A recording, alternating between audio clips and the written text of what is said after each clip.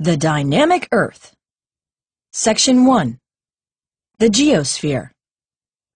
Molten rock from Earth's interior flows over the surface of the planet, and violent eruptions blow the tops off of volcanoes. Hurricanes batter beaches and change coastlines. Earthquakes shake the ground and topple buildings and freeway overpasses. None of this activity is caused by people. Instead, it is the result of the dynamic state of planet Earth. What are the conditions that allow us to survive on a constantly changing planet? The Earth as a system. The Earth is an integrated system that consists of rock, air, water, and living things that all interact with each other. Scientists divide this system into 4 parts. As shown in Figure 1, the 4 parts are the geosphere, rock, the atmosphere, air, the hydrosphere, water, and the biosphere, living things. The solid part of the Earth that consists of all rock and the soils and sediments on Earth's surface is the geosphere.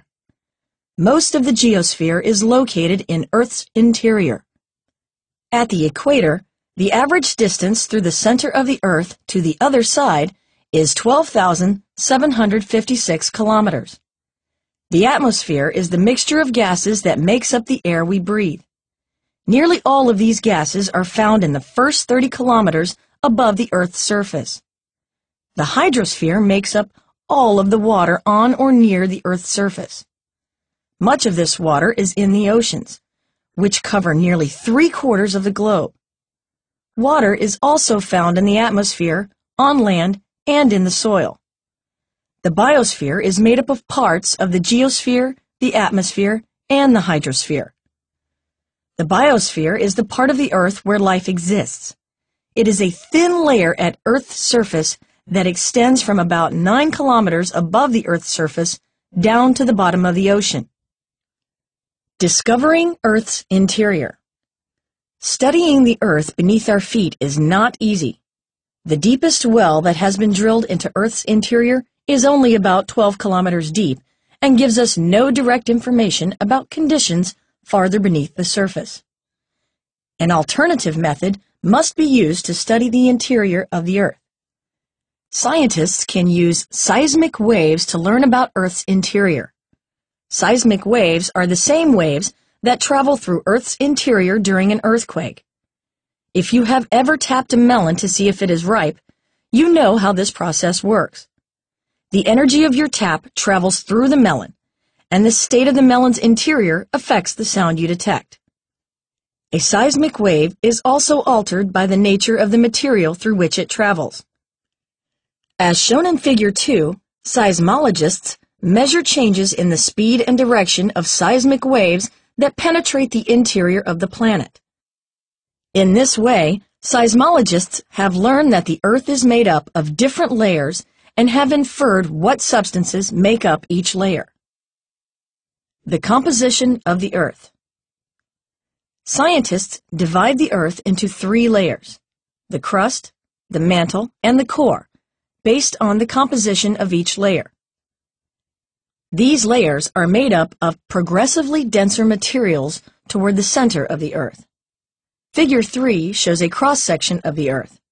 Earth's thin outer layer, the crust, is made almost entirely of light elements. It makes up less than 1% of the planet's mass. The crust is Earth's thinnest layer. It is 5 kilometers to 8 kilometers thick beneath the oceans and is 20 kilometers to 70 kilometers thick beneath the continents. The mantle, which is the layer beneath the crust, makes up 64% of the mass of the Earth. The mantle is approximately 2,900 kilometers thick and is made of rocks of medium density. Earth's innermost layer is the core. The core is composed of the densest elements. It has a radius of approximately 3,400 kilometers. The structure of the Earth. The Earth can be divided into 5 layers based on the physical properties of each layer. Earth's outer layer is the lithosphere. It is a cool, rigid layer that is 15 kilometers to 300 kilometers thick that includes the crust and uppermost part of the mantle. It is divided into huge pieces called tectonic plates. The asthenosphere is the layer beneath the lithosphere. The asthenosphere is a plastic solid layer of the mantle made of rock that flows very slowly and allows tectonic plates to move on top of it. Beneath the asthenosphere is the mesosphere, the lower part of the mantle. The Earth's outer core is a dense liquid layer. At the center of the Earth is the dense solid inner core, which is made up mostly of the metals iron and nickel. The temperature of the inner core is estimated to be between 4,000 degrees Celsius to 5,000 degrees Celsius. Even though the inner core is so hot, it is solid because it is under enormous pressure.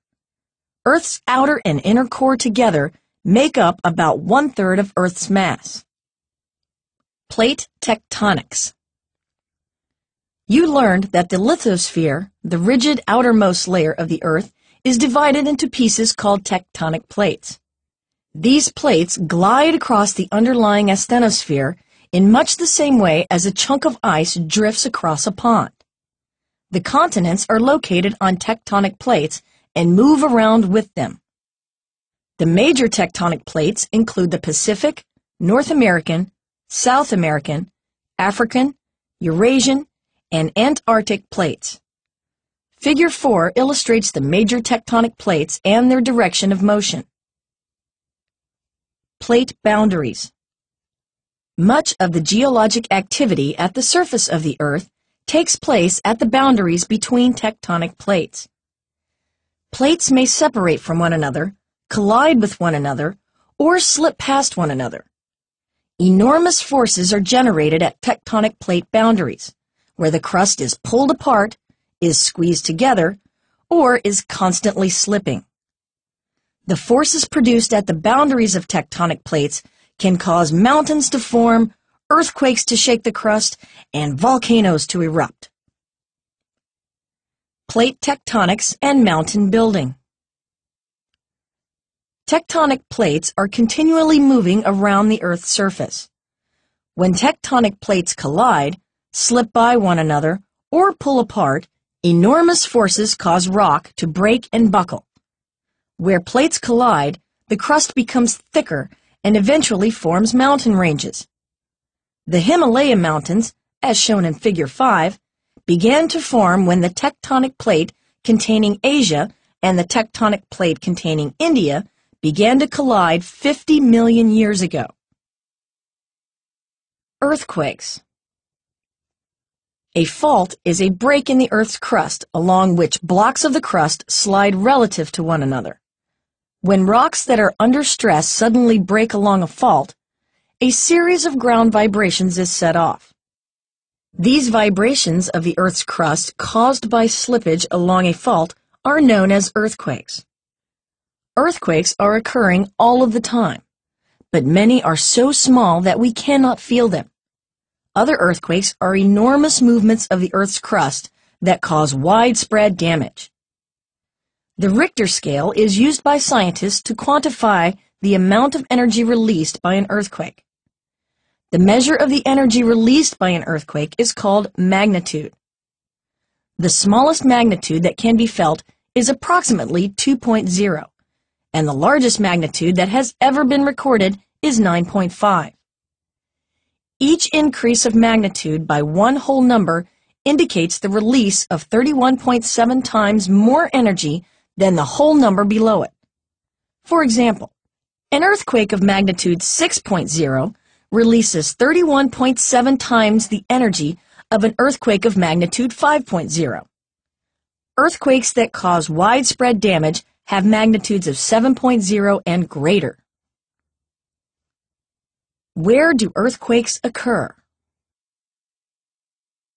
Areas of the world where earthquakes occur are shown on the map in Figure 6. As you can see from the map, the majority of earthquakes take place at or near tectonic plate boundaries because of the enormous stresses that are generated when tectonic plates separate, collide, or slip past each other. Over the past 15 million to 20 million years, large numbers of earthquakes have occurred along the San Andreas Fault, which runs almost the entire length of California. The San Andreas Fault is the line where parts of the North American plate and the Pacific plate are slipping past one another. Earthquake hazard. Despite much study, scientists cannot predict when earthquakes will take place. However, information about where they are most likely to occur can help people prepare for them. An area's earthquake hazard level is determined by past and present seismic activity. The maps in Action Activity located at the end of this chapter shows earthquake hazard levels for the contiguous United States. Earthquakes are not restricted to high-risk areas. In 1886, an earthquake shook Charleston, South Carolina, which is considered to be in a medium-risk area. Because the soil beneath the city is sandy, this earthquake caused extensive damage. During shaking from a strong earthquake, sand acts like a liquid and causes buildings to sink.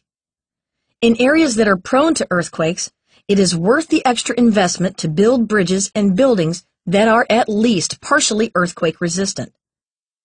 Earthquake resistant buildings are slightly flexible so that they can sway with the ground motion. Volcanoes. A volcano is a mountain built from magma, melted rock, that rises from the Earth's interior to the surface. Volcanoes are often located near tectonic plate boundaries where plates are either colliding or separating from one another. Volcanoes may occur on land or under the sea, where they may eventually break the ocean surface as islands. As Figure 7 shows, the majority of the world's active volcanoes on land are located along tectonic plate boundaries that surround the Pacific Ocean. Local effects of volcanic eruptions. Volcanic eruptions can be devastating to local economies and can cause great human loss.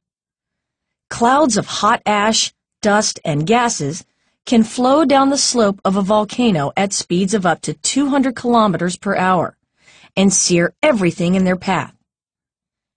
During an eruption, volcanic ash can mix with water and produce a mud flow. In 1985, Nevado del Ruiz in Colombia erupted, melting ice at the volcano's summit. A mud flow raced downhill and engulfed the town of Armero. In addition, ash that falls to the ground can cause buildings to collapse under its weight, bury crops, and damage the engines of vehicles. Volcanic ash may also cause breathing difficulties. Global effects of volcanic eruptions. Major volcanic eruptions, such as the eruption of Mount St. Helens, shown in Figure 8, can change Earth's climate for several years. In large eruptions, clouds of volcanic ash and sulfuric gases may reach the upper atmosphere. As the ash and gases spread across the planet, they can reduce the amount of sunlight that reaches the Earth's surface. This reduction in sunlight can cause a drop in the average global surface temperature. In the 1991 eruption of Mount Pinatubo in the Philippines, large clouds of ash and gases entered the Earth's atmosphere. The amount of sunlight that reached the Earth's surface was estimated to have decreased by 2 to 4%. As a result, the average global temperature dropped by several tenths of a degree Celsius over a period of several years. Erosion. Forces at the boundaries of tectonic plates bring rock to the surface of the Earth. At the Earth's surface, rocks are altered by other forces. The Earth's surface is continually battered by wind and scoured by running water, which moves rocks around and changes their appearance. The removal and transport of surface material is called erosion. Erosion wears down rocks and makes them smoother as time passes. The older a mountain range is, the longer the forces of erosion have acted on it. This information helped geologists learn that the round-topped Appalachian Mountains in the eastern United States are older than the jagged Rocky Mountains in the west. Water erosion. Erosion by both rivers and oceans can produce dramatic changes on Earth's surface. Waves from ocean storms can erode coastlines to give rise to a variety of spectacular landforms. Over time, rivers can carve deep gorges into the landscape, as shown in Figure 9. Wind erosion. Like moving water, wind can also change the landscape of our planet. In places where plants grow, their roots hold soil in place. But in places where there are few plants, wind can blow soil away very quickly. Beaches and deserts, which have loose sandy soil, are examples of places where few plants grow. Soft rocks, such as sandstone, erode more easily than hard rocks, such as granite, do. In parts of the world, spectacular rock formations are sometimes seen where pinnacles of hard rock stand alone because the softer rock around them has eroded by wind and/or water.